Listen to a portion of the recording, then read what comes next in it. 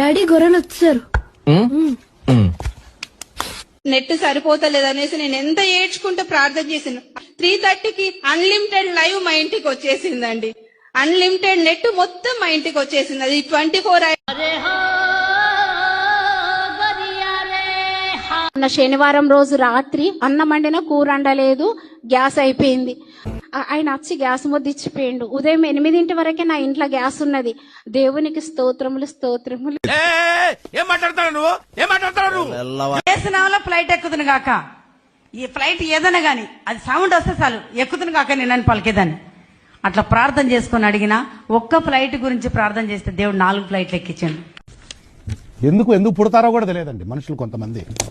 నాకు already 2 government jobs వచ్చాయి. 2 లో ప్రార్థన చేశారు. థర్డ్ వన్ SPDCL లో జూనియర్ అకౌంట్ ఆఫీసర్ గా మళ్ళీ వచ్చింది ఇంకో జాబ్.